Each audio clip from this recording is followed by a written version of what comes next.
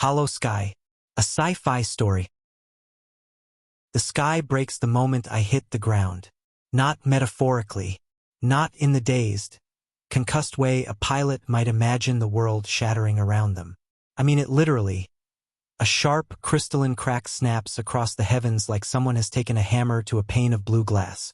The sound is impossibly loud, a ringing that vibrates through my teeth and bones, and for a second I think the crash has ruptured my eardrums. Then I see it, the fracture spreading overhead, branching like lightning frozen in place. I lie half buried in the sand, suit alarms screaming in my helmet, and stare up at the impossible. The sky is breaking. Another crack forms, perpendicular to the first. A third. A web of fractures spreads outward, each line glowing faintly white, as if light is leaking through from somewhere behind the atmosphere. The effect is hypnotic, terrifying, beautiful. I try to move. Pain answers. My shuttle is a twisted carcass behind me, half submerged in a dune. The impact must have thrown me clear. I don't remember ejecting. I don't remember anything after the turbulent spike, the instruments going haywire, the sudden drop. The anomaly had swallowed the shuttle whole. A storm without clouds, a distortion without shape. And now this. I push myself upright, groaning as my ribs protest. My visor flickers with warnings. Oxygen. 42% suit. Integrity. Compromised. Unknown atmospheric. Variables detected. Unknown. No kidding. I look up again. Through the cracks in the sky I see places. Not stars. Not space. Landscapes. A rolling ocean. Waves crashing against cliffs. A desert of red dunes under a purple sun. A city skyline at night. Lights flickering like fireflies. Each fragment shows a different world, a different reality, as if the sky has become a mosaic of windows into elsewhere. I blink hard. The images remain. Hallucination, I mutter. Concussion. Oxygen deprivation. But the images don't waver. They sharpen. And then I see something else. Something that makes my breath catch. In one of the cracks, a figure moves. A person. No, not a person. Me. A version of me, walking along the shoreline of the ocean fragment, turning toward me with a look of urgency. His mouth moves, forming words I can't hear. He raises a hand, pointing at something behind him, then back at me. I stumble backward, heart pounding. No, no, no, no. The figure presses a hand against the inside of the crack, as if trying to push through. The glass sky ripples around his palm. Then the image flickers and vanishes. The crack seals shut. The sky returns to normal. I'm left alone in the barren silence, the only sound my ragged breathing. I force myself to stand. My legs shake, but they hold. The terrain around me is a wasteland. Flat, cracked earth stretching to the horizon, broken only by jagged rock formations that jut from the ground like the ribs of some long-dead beast. The air tastes metallic through my filters. My shuttle is beyond saving. The hull is torn open, the engine block half melted. Whatever anomaly I passed through didn't just knock me out of the sky. It chewed through the ship. I salvage what I can. A half-charged power cell, a flare gun with 2 rounds, a ration pack, and a portable scanner that flickers but still functions. My helmet HUD syncs with it reluctantly. Atmosphere, breathable with unknown contaminants. Temperature, 41 degrees Celsius. Radiation, low. Anomaly residue detected. Residue, like the anomaly left fingerprints. I look up again, half expecting the sky to crack open once more. It doesn't. It's a dull, washed-out blue, too pale to be natural. I start walking. There's no destination, no beacon, no signal. My comms are dead. My suit's emergency locator is blinking red. Damaged. I'm alone on a world that shouldn't exist, under a sky that behaves like a broken mirror. And somewhere out there, a version of me is trying to warn me about something.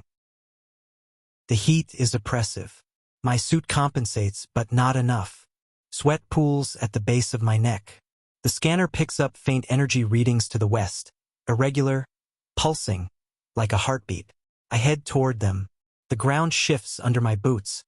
the cracked earth giving way to a smoother, darker surface. It looks almost polished, like obsidian. When I kneel to touch it, the surface is warm. Too warm. A vibration hums through my fingertips. I jerk my hand back. The hum continues. It's coming from beneath the ground. I stand slowly, scanning the horizon. The landscape is empty. No movement. No life. Just the faint shimmer of heat. Then the hum stops. The silence that follows is worse. I take a step back. The ground pulses. A single ripple moves outward from where I touched, spreading in a perfect circle. The polished surface glows faintly, lines of light tracing patterns beneath the ground like circuitry. What the hell? The ripple reaches the edge of the obsidian field and dissipates. Then the sky cracks again. A thin fracture splits open directly above me, revealing a swirling storm of clouds lit from within by lightning. A figure stands inside the crack. Another me, this one soaked, hair plastered to his forehead, eyes wide with panic. He's screaming something. I can't hear him. He slams his hands against the inside of the crack. The glass sky trembles. The storm behind him intensifies, lightning arcing dangerously close. His mouth forms a single word. Run. The crack snaps shut. The ground beneath me opens. I fall. Not far, maybe 2 meters, but I land hard on my shoulder, pain flaring down my arm. My visor cracks at the edge, a thin line spiderwebbing across the glass. I roll onto my back, gasping. Above me, the hole seals itself, the obsidian surface knitting together like healing skin. The sky disappears. The light dims. I'm underground. The air is cooler here, tinged with a faint chemical smell. My helmet lights flicker on automatically, illuminating a tunnel of smooth black stone. The walls are etched with patterns, geometric shapes, spirals, lines that intersect at impossible angles. Alien, but not random, purposeful. I push myself to my feet, wincing. My shoulder throbs, but nothing feels broken. My oxygen is down to 38%. I need to find a way out, or a way to breathe without the suit. The tunnel slopes downward. I don't want to go deeper, but I don't have a choice.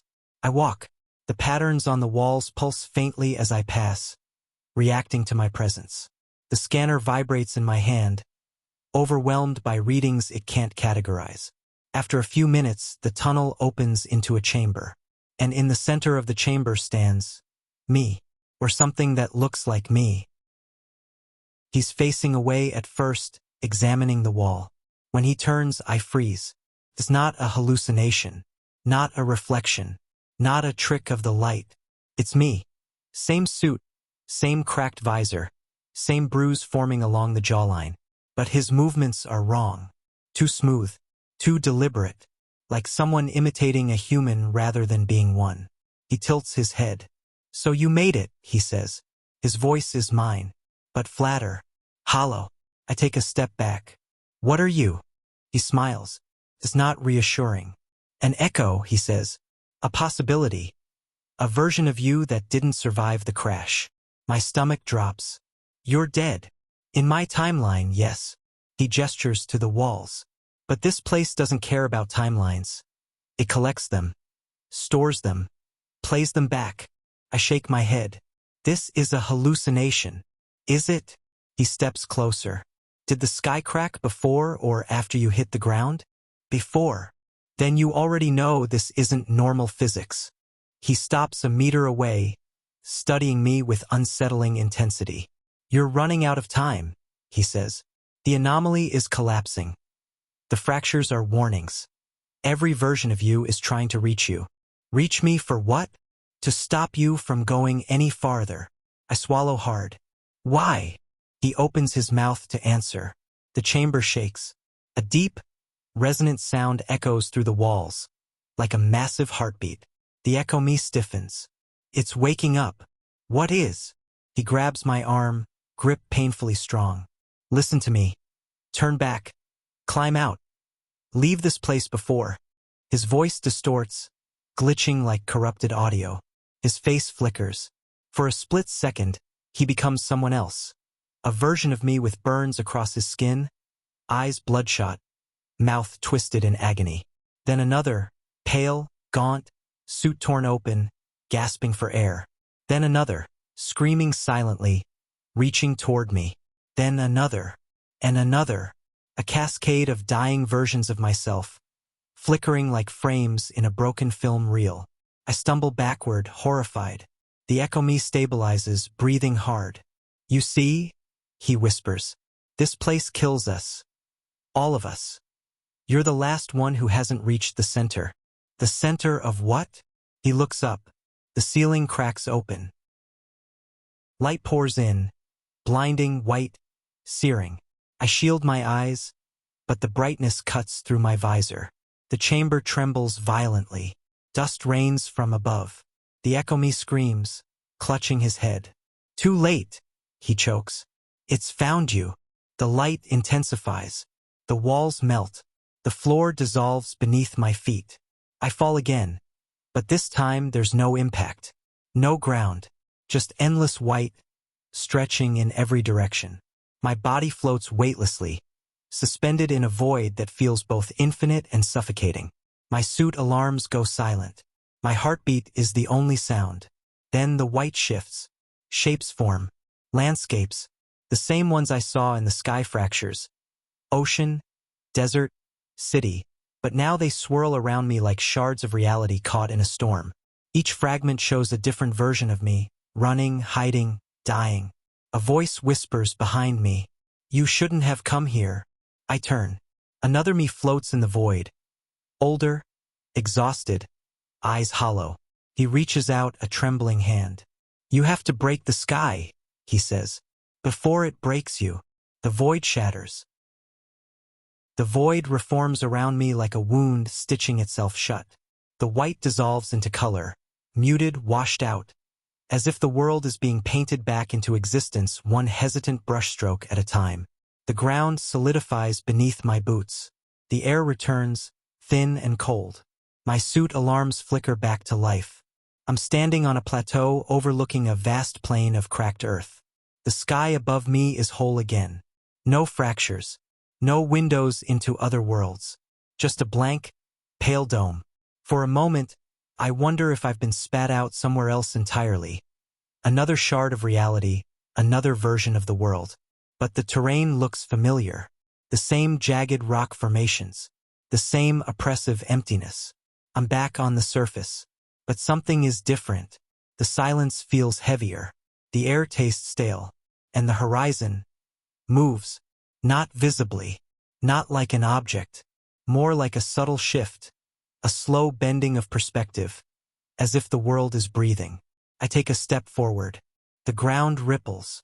Not physically, visually. Like heat distortion, but colder. Sharper. The ripple spreads outward. And for a moment the sky flickers, revealing a glimpse of a forest canopy swaying in a storm. Then it snaps back. I exhale shakily. The anomaly isn't done with me. I start walking again, though I'm no longer sure what direction I'm heading. My scanner is useless. The readings fluctuate wildly, unable to lock onto anything stable. My oxygen is down to 31%. I need shelter, water, answers. The plateau slopes downward into a valley. The ground becomes softer, the cracked earth giving way to a fine, gray dust that clings to my boots. The air grows colder. My breath fogs inside my visor. Then I see it. A structure, half buried in the dust, its surface smooth and metallic, reflecting the pale sky. It looks like a monolith, rectangular, featureless, rising at an angle as if it crashed here long ago. I approach cautiously. The monolith hums faintly, the same vibration I felt beneath the obsidian field. As I get closer, the hum intensifies, resonating in my bones. My visor flickers. Static crawls across the display. Then a voice crackles through my helmet. My voice. You're almost there. I freeze. The voice is distorted, layered with static, but unmistakably mine. Who is this? I demand. The monolith pulses with light. You know who. The surface ripples and an image forms. A reflection, but not mine. A version of me with hollow eyes and a cracked helmet, staring back with an expression of exhausted resignation. You're the last one, he says. The last version that hasn't reached the center. I swallow hard. What is the center? He hesitates. Then the monolith fractures. A thin crack splits down the middle, glowing white. The same white as the void. The same white that swallowed me. The same white that every version of me seemed to fear. The crack widens. A low, resonant sound fills the air. The heartbeat again. Louder now. Closer. The reflection me leans forward. Don't go inside, he whispers. Whatever you do. The crack snaps shut. The monolith goes dark. The hum stops. I'm alone again. I back away slowly, heart pounding. The air feels heavier, pressing against my suit. The sky flickers again, a brief flash of a city skyline, then a desert, then a storm. The fractures are returning. I need to move. I turn away from the monolith and start toward the far end of the valley, where the terrain rises into a series of ridges. The ground trembles beneath my feet, subtle but constant, like the world is shifting in its sleep. As I climb the first ridge, the sky cracks open. A thin fracture splits horizontally across the horizon, revealing a dark ocean churning under a storm. Lightning flashes. A figure stands on the shoreline. Me. He's drenched, shivering, staring directly at me through the crack. His lips move. I can't hear him. He raises a hand, pointing downward. At my feet. I look down. The ground beneath me is pulsing. A circular pattern glows faintly beneath the dust. The same geometric shapes I saw in the underground chamber. A trap. I leap backward just as the ground collapses. Dust billows upward. The ridge crumbles inward, revealing a cavern beneath. The fracture in the sky seals shut. I lie on the ground, coughing, heart racing. The versions of me aren't hallucinations. They're warnings. But warnings about what? The anomaly? The center? Or something else entirely? I skirt the edge of the collapsed ridge, moving carefully. The cavern below is deep, too deep to climb out of if I fall. The patterns on the walls pulse faintly, reacting to my presence even from a distance. The heartbeat sound grows louder. I descend the next ridge, then another. The terrain becomes more uneven, the dust giving way to patches of smooth, dark stone. The air grows colder still. Then I see it. A tower, rising from the center of the valley, impossibly tall, its surface made of the same obsidian-like material as the underground chamber. It tapers toward the top, disappearing into the pale sky. The heartbeat emanates from it. Slow, steady, alive. My stomach twists. This is the center. Every version of me has been trying to reach it, or trying to stop me from reaching it. I'm no longer sure which. I approach cautiously. As I get closer, the tower's surface ripples, reflecting distorted images of the landscape. The reflections shift unpredictably, sometimes showing the valley as it is, sometimes showing other worlds entirely. A forest, a desert, a burning city, a frozen wasteland. And in every reflection, I see myself. Running, falling, dying. I reach out a hand. The surface ripples beneath my fingertips. Cold, smooth, alive. A voice whispers behind me. You shouldn't touch it. I spin around. Another me stands a few meters away. This one older, suit torn, visor shattered. His face is gaunt, eyes sunken, expression haunted. You're too close, he says. It's already aware of you. What is it? Ask. He shakes his head. Not what. When. I frown. That doesn't make sense. It will. He steps closer. The anomaly isn't a place. It's a moment. A fracture in time. Every version of you that crashed here did so at the same instant, the same second, across countless timelines. I stare at him, stunned. The sky isn't breaking, he continues. Time is. The heartbeat grows louder. The tower pulses. The ground trembles. The older me grabs my arm. You have to break the moment, he says urgently. Shatter the anomaly. End the loop. How? He opens his mouth to answer. The tower cracks open. Light erupts from the fissure, blinding and white. The older me screams, his body flickering like a corrupted hologram. The ground shakes violently. The air vibrates. The tower splits down the middle. Inside is not machinery, not stone, not anything I can understand. It's a vortex, a swirling mass of light and shadow, twisting and folding in on itself. The heartbeat emanates from it, faster now, frantic. The vortex pulses. Images flash across its surface, countless versions of me, crashing, falling, dying, looping endlessly. The anomaly, the moment, the loop. I stumble backward, overwhelmed. The older me reaches toward me, his hand flickering. "Break it," he gasps. "Break the sky." The vortex expands. The world distorts. The sky fractures. Dozens of cracks spread across the heavens, revealing countless landscapes, countless timelines, countless versions of me. All screaming, all reaching, all trapped in the same moment. The vortex pulls at me. The ground dissolves. The sky shatters completely. I'm suspended in the void again. But this time, the void is filled with fragments of reality swirling around me like shards of broken glass. Each shard shows a different version of the crash. Each version ends the same way, with me dying. Unless I break the moment, unless I shatter the anomaly, unless I do what every other version of me failed to do. I reach out. The vortex pulses. The heartbeat stops. Silence. Then a voice, my voice, whispers from everywhere at once. "Break the sky." I clench my fist and strike. The void explodes. Light floods everything, searing, blinding. The shards of reality shatter outward, dissolving into dust. The vortex collapses inward, folding into a single point of light. The heartbeat returns, one final, deafening pulse. Then, darkness, silence, cold. I gasp and sit upright. I'm lying on cracked earth. The sky above me is whole, blue, normal. No fractures, no anomalies. My suit alarms are silent. My oxygen reads 78%. My visor is uncracked. My shuttle lies intact a few meters away, damaged, but not destroyed. I stand slowly, trembling. The world is still, quiet, real. I look up. The sky does not break. No versions of me stare back. No warnings. No fractures. Just sky.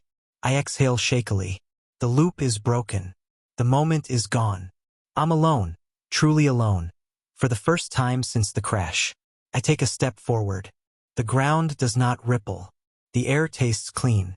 The horizon does not shift. I walk toward the shuttle, unsure what comes next. But for the first time, the future feels unwritten. The sky remains whole, and I remain alive. This is the end of the sci-fi story, Hollow Sky. Leave a like if you enjoyed the story, and subscribe for more sci-fi stories. Thanks for listening.